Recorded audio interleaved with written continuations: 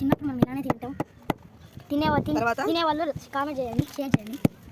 దంచాము కదా ఫ్రెండ్స్, తర్వాత జీలకర్ర వేసుకుందాం. ఇప్పుడు కొంచెం సాల్ట్ వేసుకుందాం ఫ్రెండ్స్. చూడండి ఫ్రెండ్స్, నీట్గా ఉంటుంది.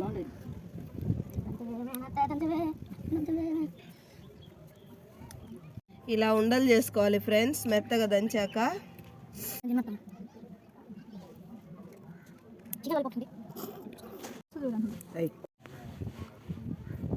చేసుకున్నాం కదా, ఇప్పుడు టేస్ట్ చేద్దాం.